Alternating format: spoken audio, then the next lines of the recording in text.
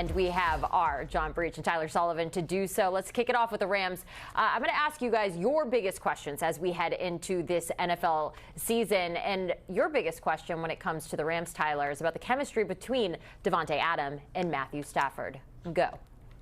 Yeah, there's no question that the Los Angeles Rams improved opposite of Puka Nacua. The only thing that gives me pause with Davante Adams coming to Los Angeles is the chemistry between him and Matthew Stafford.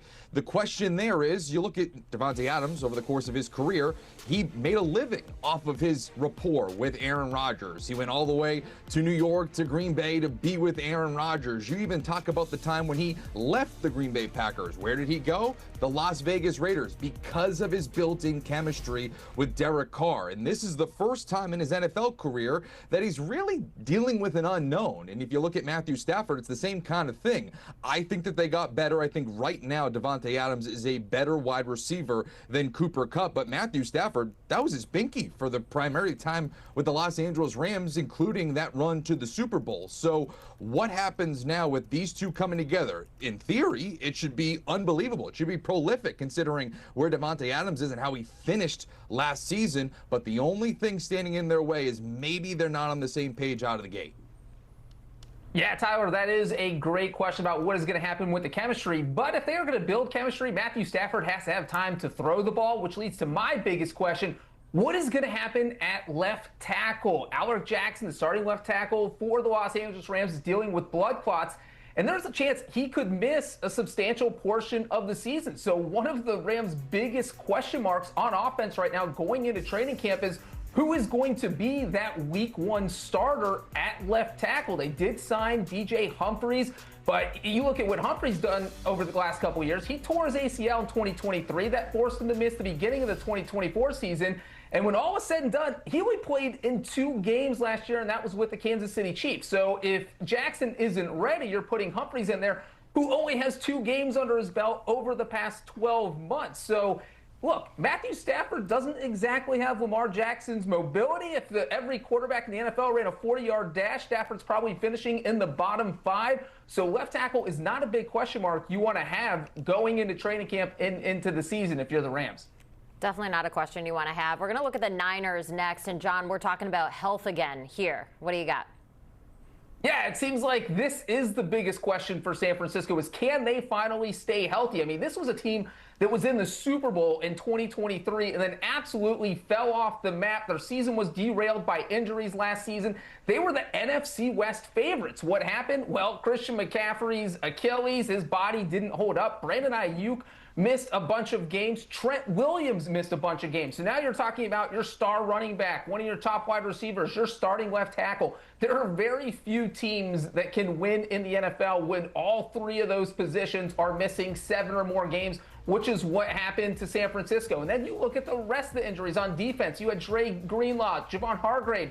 You're seeing the whole map there. That is a lot of missed games. Not many teams can recover from that. So it is. You're going to watch the 49ers in training camp, and anytime a guy goes down, I think everyone on the 49ers sideline is going to be holding their breath, keeping their fingers crossed, saying, no, we cannot let the injury bug hit us this year. So I think as long as the 49ers can make it through training camp healthy, they will be a team to watch heading into week 1.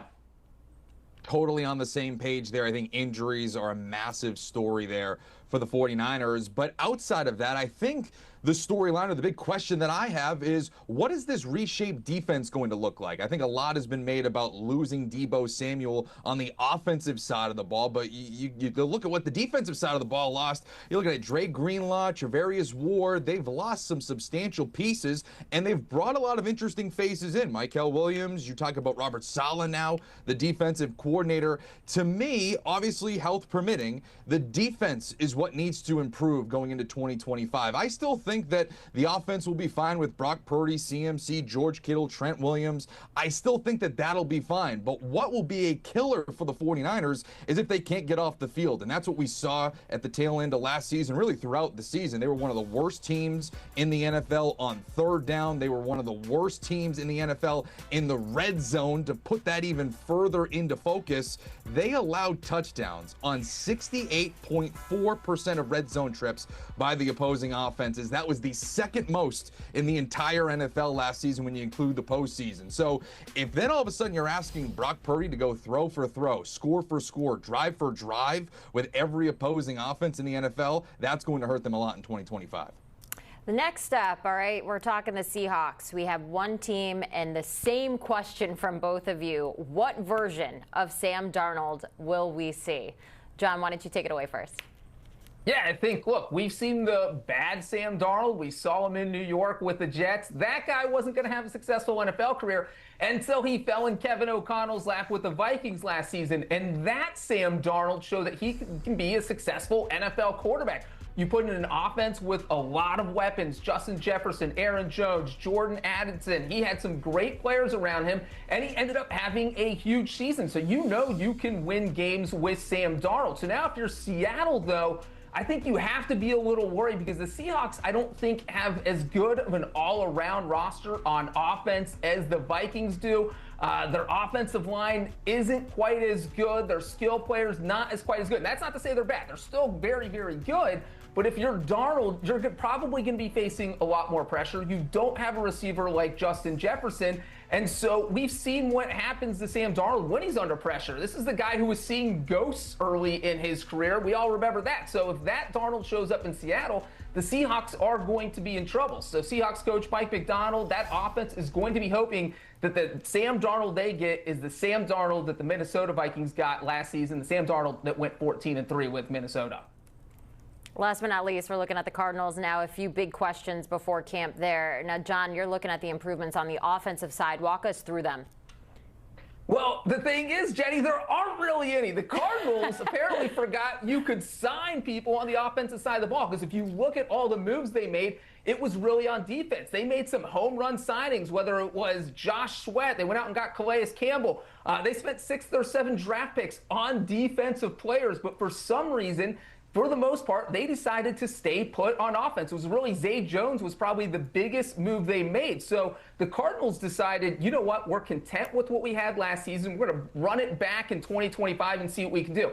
Well, that's a fine way of thinking if maybe you had the highest scoring team in the NFL or one of the best offenses, but the Cardinals were really middle of the pack. So it really has me wondering what they were kind of thinking not to improve the offense more than they did. So clearly they're banking on a better connection between Kyler Murray and Marvin Harrison, some bigger numbers from James Conner. So they are expecting everyone who was there last year to play even better this year. And I was just surprised that they didn't look to make a few more improvements during the offseason.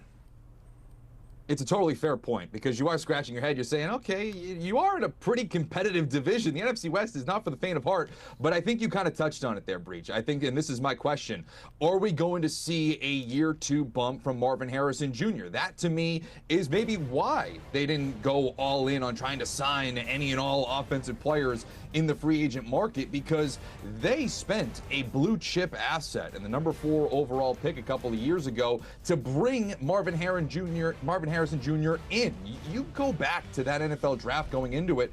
If you take away positional value, a lot of people were talking about him as the number 1 overall prospect. And it wasn't a bad rookie season, 60 some odd catches, 800 yards, 8 touchdowns, but it certainly wasn't in the same breath as Malik Neighbors, Brian Thomas Jr., Brock Bowers, if you want to throw him in there, Ladd McConkey, who was in the 2nd round. What the Arizona Cardinals need to do to go from a hovering 500 team to someone who's legitimately in the playoff picture is to have that dude, that number 1 option for Kyler Murray, and they believe that they have that in Marvin Harrison Jr. We just now need to see it.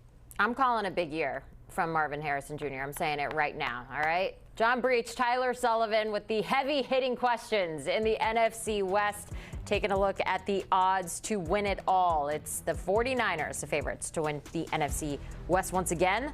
49ers have won 3 of the previous 4 division titles.